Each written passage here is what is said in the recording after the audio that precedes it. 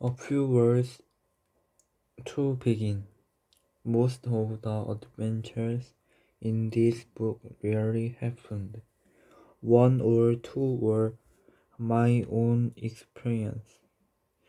The others were experience of boys in my school. Huckfin really lived. Tom Sawyer's, Tom Sawyer's is made of three real boys. My book is for boys and girls, but I hope that men and women also will read it. I hope that it will help them to remember presently the days when they were boys and girls, and how they played and thought and talked, what they believed, and what strange things they sometimes did. Mark Twain, in the state of Connecticut, Hartford, 1876. Chapter 1.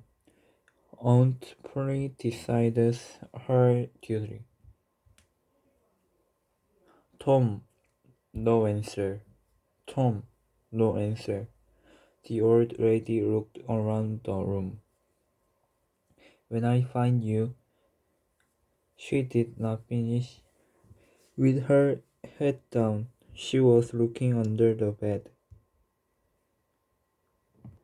She went to the open door and looked toward the garden. No, Tom was there. She shouted, "You, Tom!" There was a little noise behind her. She turned and caught a small boy, stopping him before he could escape. "What were you doing in that corner?" "Nothing, nothing." "What is that on your hands and face?" "I do not know, Aunt Polly." "I know. You have been eating sweets. I have told you 100 times not to eat those sweets." Her hand was raised in the air. It started down. It was very near. "Oh, look behind you, Aunt." The old lady turned. The boy ran. In a moment he was up on the high-board fence. Then he was on the far side of it. His Aunt Polly was surprised. Then she laughed a little. "That boy!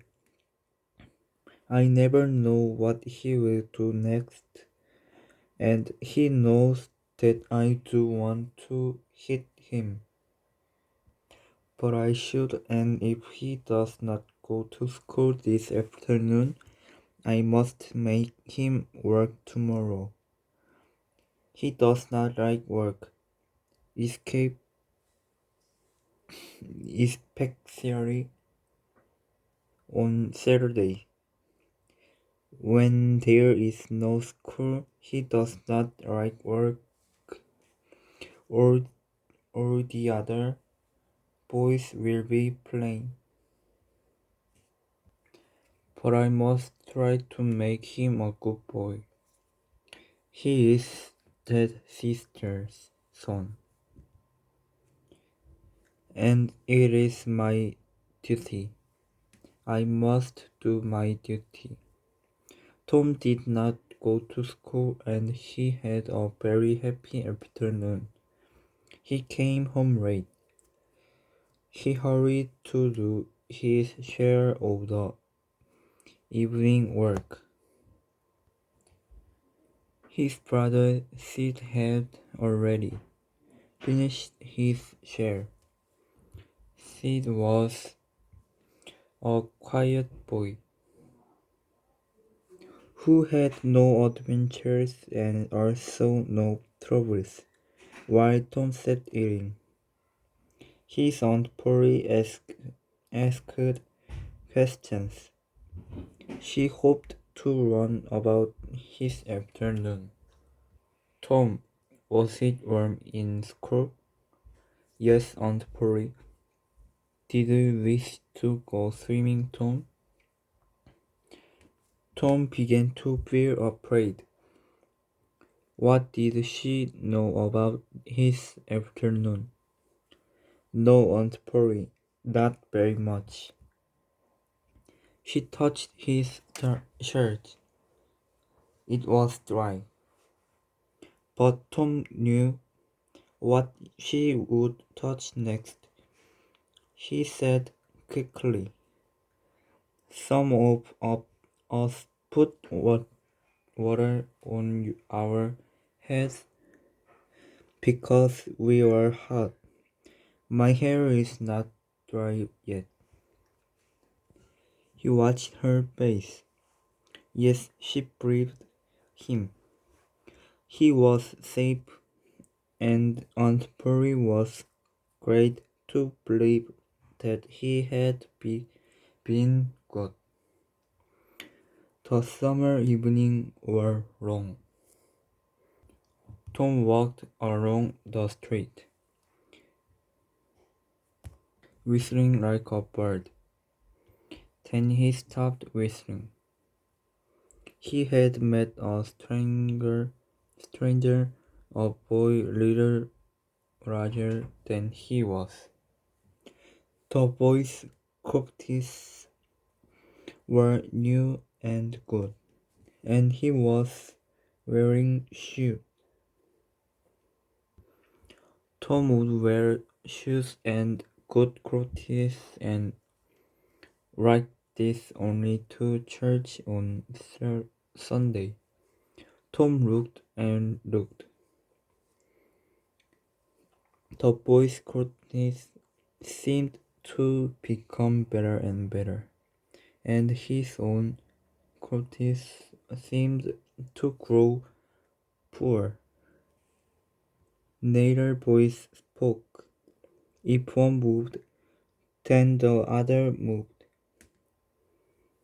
But they moved only to the side in a circle.